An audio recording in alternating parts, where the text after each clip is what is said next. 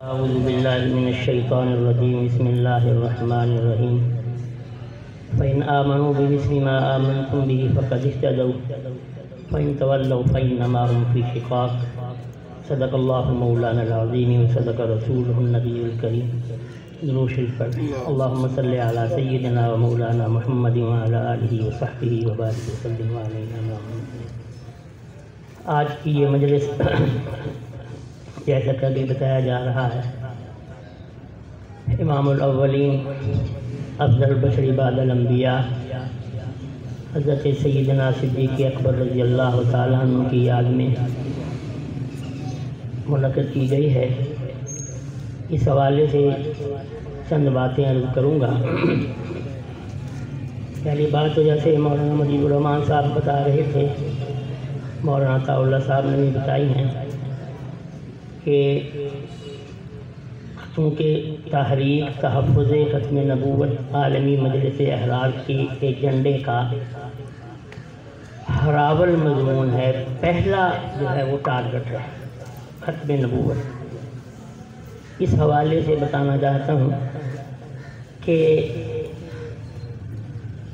حضرت سیدنا صدیق اکبر رضی اللہ تعالیٰ عنہ نے جو بڑا کام کیا وہ مسیلمہ کذاب کو واصل جہنم کیا۔ میری معلومات کے مطابق تعداد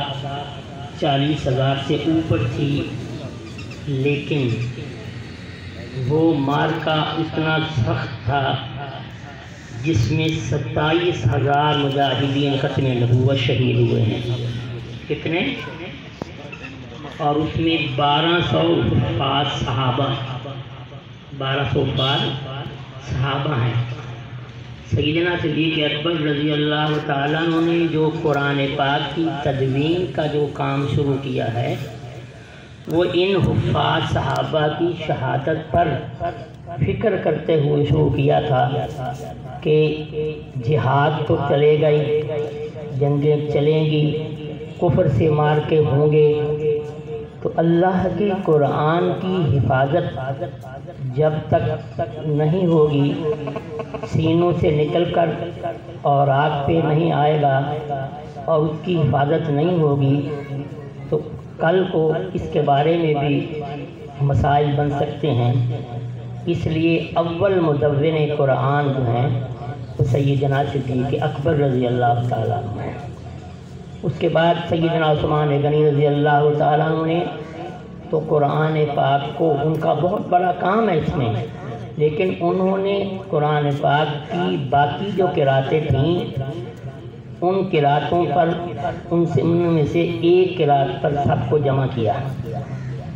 آج بھی آپ لوگ کبھی سعودیہ وغیرہ عمرے کے لیے جائیں یا حج پہ جائیں، آپ نے وہاں کالے لوگوں کو دیکھا ہوگا کہ ان کی جو پاس قرآن پاک ہوتا ہے اس کے الفاظ ہمیں نہیں سمجھ میں نہیں آتے کہ کیا لکھا ہے۔ ان کی تحریر ہے قرآن، لیکن چونکہ ان کی اپنی زبان کے اعتبار سے جس طرح ان تک پہنچا وہ اس طرح پڑھتے ہیں۔ اور یہاں ہمارا مشاہدہ دیکھ لیں کہ ہمارے جو یہاں کے تاج کمپنی یا دوسری کمپنیوں کے جو شائع شدہ قرآن پاک ہیں، ان میں اور سعودی طرز کے قرآن پاک جو آئے ہیں، عام آج کل جو ہے وہ سعودیہ میں بھی آپ نے دیکھا ہوگا پڑے ہوتے ہیں وہ سبز رنگ کے، اور یہاں بھی اکثر مساجد میں آ چکے ہیں۔ ان کا آپ کمپیریزن کریں، ان کا آپ سے موازنہ کریں تو آپ کو صاف پتہ چلے گا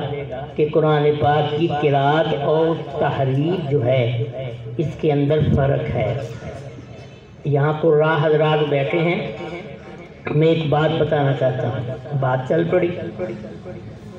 علماء بیٹھے ہیں، کبھی غور کریں چھوٹی مد پر اور بڑی مد پر۔ ہم پڑھتے ہیں نا، ہم چھوٹی مد کو تھوڑا لمبا کرتے ہیں، بڑی مد کو زیادہ لمبا کرتے ہیں۔ اب اس کو دیکھ کر آپ عرب آئمہ امام سدیس سے لے کر امام شریم سب تک مدینہ منورہ حضیبی حفظہم اللہ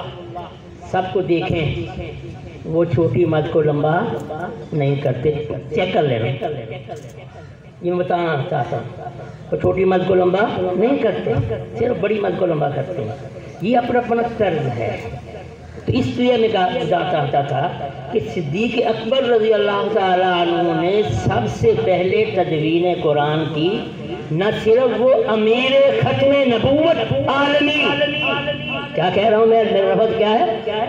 امیر ختم نبوت عالمی سب سے اول کون ہے؟ بولو، آواز سے بولو، آواز سے، سیدنا صدیق اکبر رضی اللہ تعالیٰ عنہ نے، جنہوں نے سب سے پہلے مسلمہ کذاب کو واصل جہنم کیا اور مجاہدین کو اس کے اندر گڑوا دیا، ٹکرا دیا اور اس کا استحصال کیے بغیر چین سے نہیں بیٹھے۔ یہ بات۔ دوسرا تدوین قرآن، اسی طریقے سے جیسے مولانا بتا رہے تھے نماز کے بارے میں، ہر ایک کی اپنی اپنی انفرادی فضیلتیں ہیں صحابہ کرام کی، لیکن وہ فضیلتیں صحابہ کے ساتھ ایسی جڑی ہوئی ہیں کہ اللہ نے ویسے نہیں کہہ دیا فَإِنْ آمَنُوا بِمِثْلِ مَا آمَنْتُمْ بِهِ فَقَدِ اهْتَدَوْا، تمہارے جیسا ایمان ہوگا تو قبول ہے، ورنہ کوئی قبول نہیں۔ جو مرضی اپنے آپ کو کہتا رہے، جس طرح مرزائی اپنے آپ کو مسلمان کہلاتے ہیں، ہم ان کو مسلمان کہتے ہیں، اسی طریقے سے صحابہ کا دشمن اگر آپ کو اپنے آپ کو مومن کہلاتا ہے، کہلاتا رہے، ہمارے نزدیک وہ مومن، ایک ایمان کا معیار جو صحابہ ہیں۔ صدیق اکبر رضی اللہ تعالیٰ عنہ فرما دیا، اور آج ان کی فضیلت حضرت عمر کے ساتھ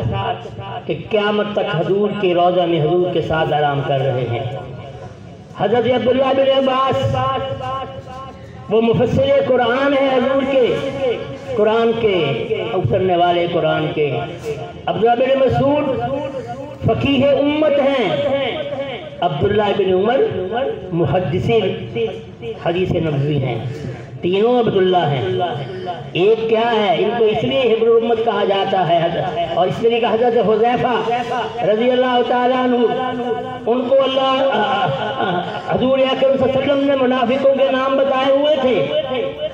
ان سے تو عمر جیسا آدمی بھی کانپتا تھا، کئی دفعہ پوچھتا تھا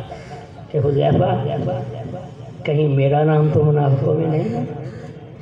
تو پتہ تھا کہ تمہارا نام نہیں۔ یہ گواہیاں ان کی ہیں، اس لیے جو ان کو مانتا ہے وہ مومن ہے، جو نہیں مانتا وہ مومن نہیں۔ خود دعویٰ جو مرضی کرتا رہے، دعوے کرنے والے بہت ہوتے ہیں، ہمیں کسی کے دعوے کو اس کے دعوے پر نہیں پرکھنا، ہم نے اس دعوے کو اللہ کے قرآن اور نبی کے ارشاد پر پرکھنا، اللہ کے قرآن نبی کے فرمان پر پرکھنا ہے۔ اب اس کے آگے میں جو بات کرنا چاہتا ہوں وہ تھا مسالمہ کذاب، تحریک ختم نبوت کے پہلے امیر سیدنا صدیق اکبر رضی اللہ تعالیٰ عنہ نے اس کی جھوٹی نبوت کا قلعہ کما کیا اور اس کو واصل جہنم کیا۔ پھر چھوٹے موٹے ایسے بڑے مجھے قسم کے لوگ نبوت کے دعوے دار پیدا ہوتے رہے، وہ ختم ہوتے گئے، لیکن انگریز نے ہندوستان کے اندر جذبہ جہاد کو ختم کرنے کے لیے ایک سیاسی طور پر اپنا خودکاشتہ پودا غلام قادیانی کو کھڑا کیا، جو میرے اور آپ کے نزدیک بلا مبالغہ بلا شک مسلمہ پنجاب ہے۔ کیا کہیں گے سب کہیں کیا ہے؟ مسلمہ پنجاب۔ اس لیے ہمارا اس کے بارے میں یہی لقب ہے۔ ایک مسلمہ کذاب تھا جسے امیر اکبر سیدنا صدیق اکبر رضی اللہ تعالیٰ نے اس کو ختم کیا، اور دوسرا مسلمہ پنجاب تھا جس نے یہاں آ کر انگریز کی خوشنودی کے لیے وہ دعوے کیے کہ الامان الحفیظ مجدد سے کہاں سے کرتا نبوت اور نبوت سے آگے کرشن کے دعوے کر دیے، لیکن یہاں بھی اللہ تبارک و تعالیٰ نے سب سے پہلے اس دور میں جو بات بتانے لگا ہوں، میرا ایک مکالمہ ہوا ہے، یہ مکالمہ کہہ لو یا واٹس ایپ پر مباحثہ ہوا، ایک بڑے عالم صاحب آدمی تھے جس کو اس بات کی چڑ تھی یہ ہر بات میں علماء لدھیانہ کو کیوں آگے لے آتے ہیں، یہ بتانا چاہتا ہوں۔ میں نے ان کو بتایا بھائی وہ دور کیا تھا، انہوں نے کون سا تیر مار لیا، وہ کہتا یہ لکھا ہے اس کا تقریباً، انہوں نے کون سی بات کر، ٹھیک ہے کر دیا، پہل کر دی، اچھی بات ہے، اس کو گنواتے کیوں؟ حالانکہ اس کا جواب قرآن میں ہے وَأَمَّا بِنِعْمَةِ رَبِّكَ کیا ہے فَحَدِّثْ، جو رب نے جو نعمتیں کی ہیں اس کو لوگوں کو بیان کرو، مقصود اشاعت ہو، مقصود دعوت ہو، مقصود تبلیغ ہو، مقصود اطلاع ہو، جیسے تبلیغ والے کہتے ہیں اپنی اصلاح دوسروں کو اطلاع، لیکن اس کے اندر کبر کا یا عجب کا یا ریا کا یا دکھاوے کا عنصر نہ ہو، اللہ ہمیں سے محفوظ فرمائے۔ تو جو میں بات کرنے لگا تھا وہ دور کیا تھا، 1857 کی جنگ آزادی میں جب ایک طرف اس وقت کے مجاہدین نے گرتی ہوئی بادل شاہ ظفر کی جیسی کیسی بھی حکومت تھی، اسلام کی مسلمانوں کی تھی، اس کو بچانے کے لیے دہلی میں انگریز کے ساتھ جہاد کیا، اس جہاد کے اندر ہزاروں علماء شہید کیے گئے اور غلام قادیانی کا باپ غلام مرتضیٰ انگریز کا پٹھو تھا، اس نے انگریز کی مدد کے لیے 50 گھوڑ سوار آدمی اپنے قادیان سے جو ہے اس نے دہلی بھیجے، جنہوں نے انگریز کی طرف سے مل کر جو ہے ان علماء اور مجاہدین کے ساتھ لڑائی کی، ان کے ساتھ قتال کیا۔ پہلی بات تو یہ، پھر اس کے اثرات کیا ہوئے، فتح و شکست اللہ کے اختیار میں ہے، مسلمان شہید بھی کامیاب، غازی بھی کامیاب۔ اس کے بعد جنگ آزادی 1857 کے بعد یہ بات غور سے سننے والی ہے، علماء کے ساتھ جو ظلم و ستم برپا کیا گیا، جو بربریت کا اس وقت بازار گرم کیا گیا، لوگوں میری باتوں کو غور سے سنو، تمہیں پتہ چلے گا کہ اللہ نے علماء لدھیانہ کو کیوں کس طرح چنا۔ 500 علماء کو، کتنا؟ 500 علماء کو ایک دن میں درختوں پر لٹکا کر سولی اور پھانسی دی گئی۔ اتنا خوف کا عالم بنا لیا گیا تھا کہ وہاں کوئی بات نہیں کر سکتا تھا، اور مسلمان کو 10 سال تک یہ سلسلہ رہا۔ 1867 کے اندر جا کر 10 سال کے بعد جب انگریز کے پچھلوں نے ٹوڈی اور ٹراؤٹوں نے دیکھا کہ تمہاری یہاں حکومت اس وقت تک چل نہیں سکتی جب تک تم بے گناہی اختیار نہ کرو گے، یہ رونق اور تکبر چھوڑو، ورنہ مارو گے تو مارے جاؤ گے، مارتے چلے جاؤ گے، تمہیں بھی مارا جائے گا۔ ڈپلومیسی کیا ہے؟ عام معافی کا اعلان کر لو۔ پھر باقاعدہ اس وقت کے جنرل، اس کا نام درفن تھا غالباً، اس نے جو ہے عام معافی، وہ کیا تھا، وائسرائے تھا، اس نے عام معافی کا اعلان کیا کہ جتنے بھی لوگ بقول انگریز کے غدر میں تھے، سر سید بھی غدر ہی لکھتا ہے، جنگ آزادی نہیں لکھتا کیونکہ انگریز کا پٹھو تھا، اس لیے اس کو غدر لکھتا ہے۔ تو اس نے اس وقت جو ہے جب اعلان کیا تو پھر جب علماء باہر آئے تو علماء لدھیانہ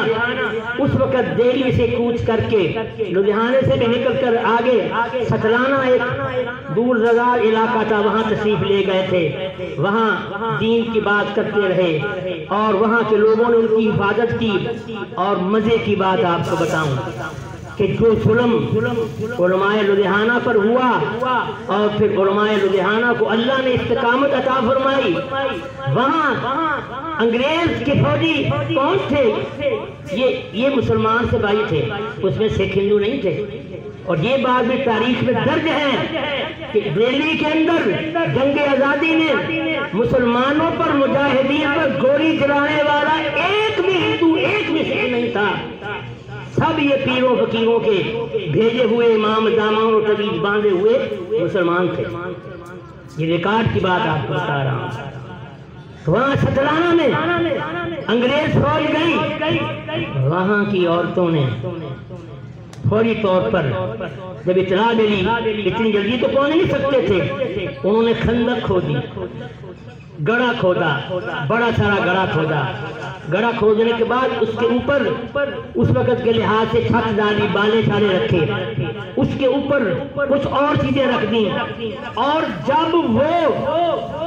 انگریز فوج کے سپاہی تلاش کرنے کے لیے آئے تو ان ستلانہ کے مجاہدین کی بہو بیٹیاں، وہ مائیں، ہم ان کو سلام کرتے ہیں، اللہ ان کی قبروں کو جنت اعلیٰ نے ان کو جگہ عطا فرمائے، جنت کے باغ بنائے۔ انہوں نے چرخے لے کر اس گڑھے پر بیٹھ کر چرخے کاٹنے شروع کر دیے، یعنی ذرا بھی سخت نہیں ہونے لگی۔ یہ معمولی بات ہے؟ ذرا سوچیں کہ انہوں نے چرخہ کاٹنا شروع کر دیا، 2 دن اور میں چرخہ کاٹنے لگ گئی، کسی کو پتہ تک بھی نہ چلا کہ یہاں نیچے گڑھا ہے۔ یہ ہے علماء لدھیانہ۔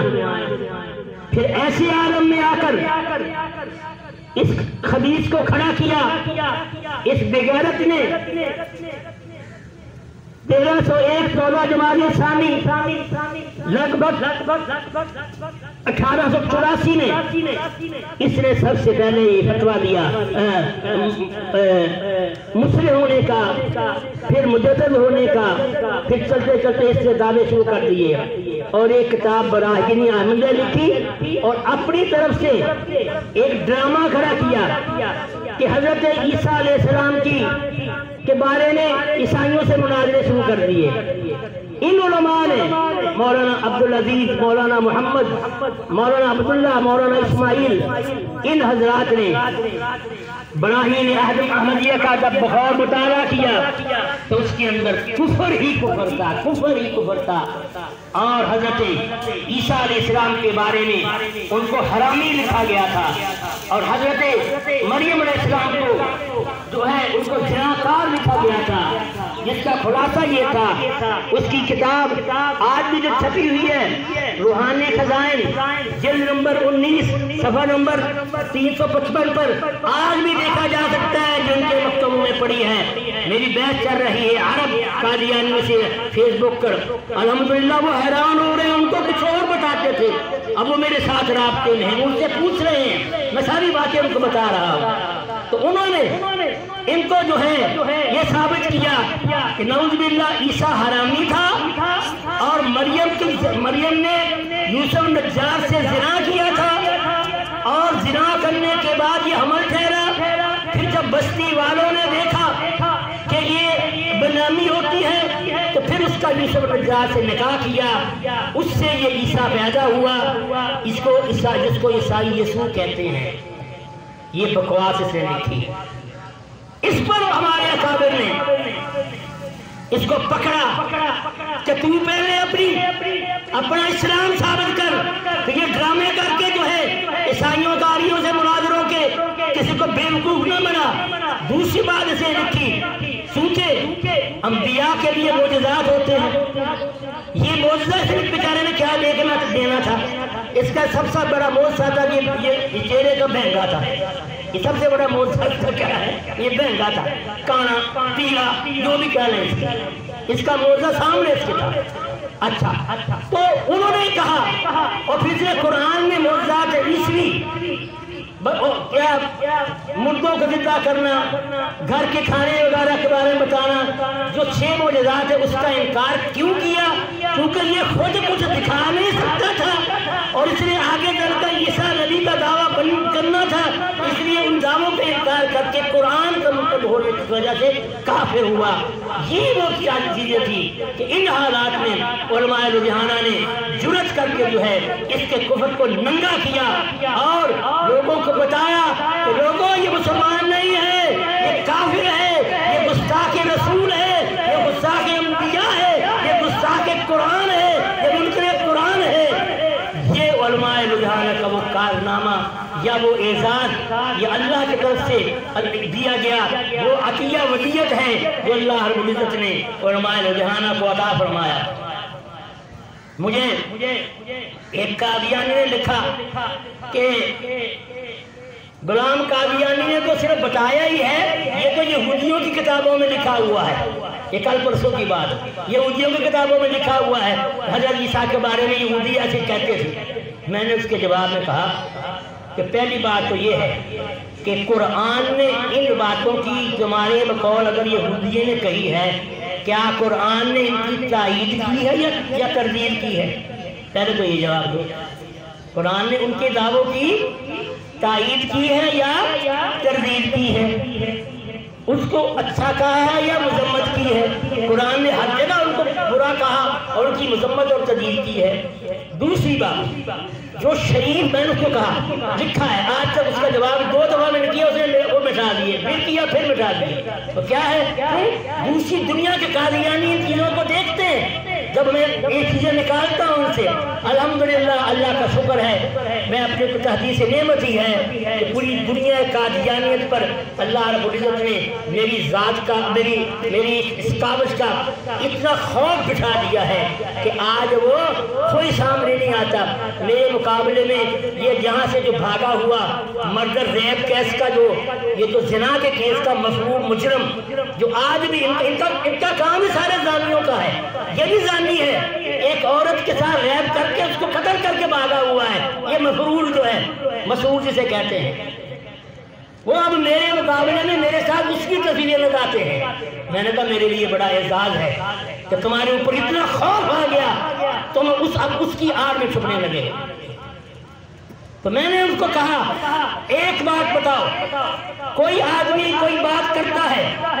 جو شریف آدمی ہوتا ہے وہ اس بات جو بات اگر غلط ہوگی شریف آدمی اس کی تردید اور مذمت کرے گا، اور ذلیل اور کمینہ آدمی اس کی تائید اور مشہوری کرے گا، اس کو اچھالے گا۔ اب تو ہی بتا دے کہ لکھنے والا ہے، تو ہی بتا دے کہ مرزا قادیانی کس کیٹیگری میں ہے، اس کی کیٹیگری اب تو بتا دے۔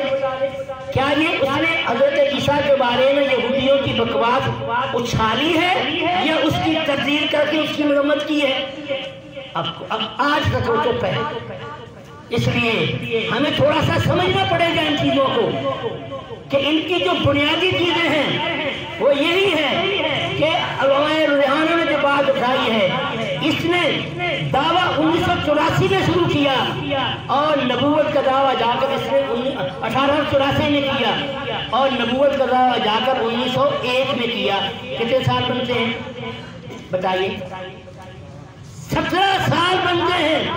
اس لیے ختم نبوت کے حوالے سے اگر صرف وہ اسی بات کریں گے، اس کا مطلب ہے کہ ہم اس کو چھوٹ دے رہے ہیں، اس کے باقی دعووں میں اس کے ساتھ نرمی کر رہے ہیں، باقی دعووں میں اس کے ساتھ جو ہے ہم رعایت کر رہے ہیں۔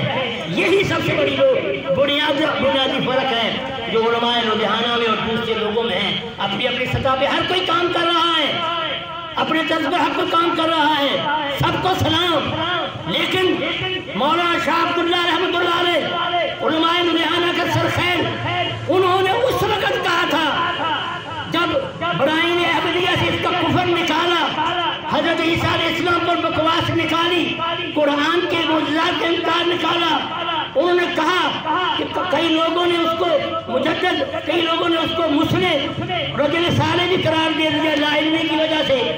لیکن جب ان پر پختہ کھلا تو انہوں نے بھی علماء لدھیانہ کے فتوے کی تائید کی۔ لیکن اس وقت انہوں نے کہا تھا کلندر حد سے گوید دید گوید، یہ ان کی ایک کرامت تھی۔ فرمایا کہ آج یہ حضرت عیسیٰ علیہ السلام پر بکواس کر رہا ہے، کل یہی عیسیٰ بننے کا دعویٰ کرے گا، کل یہی مدینی بننے کا دعویٰ کرے گا، اور کل یہی نبوت کا دعویٰ کرے گا۔ یعنی اس وقت ہمارے اکابر نے یہ باتیں کھل کر بتا دی تھی۔ اب رہی بات علماء لدھیانہ نے وہاں کام نہیں کیا، آگے چلیں۔ پھر 1934 کے اندر رئیس الاحرار حضرت مولانا حبیب الرحمن لدھیانوی نے 23 مارچ کو ان کی چولیں ہلا دی اور وہ بھاگنے پر مجبور ہو گیا۔ اس وقت کون تھا وہ ذلیل؟ بشیر، مرزا بشیر مردود تھا، بھاگنے پر مجبور ہو گیا۔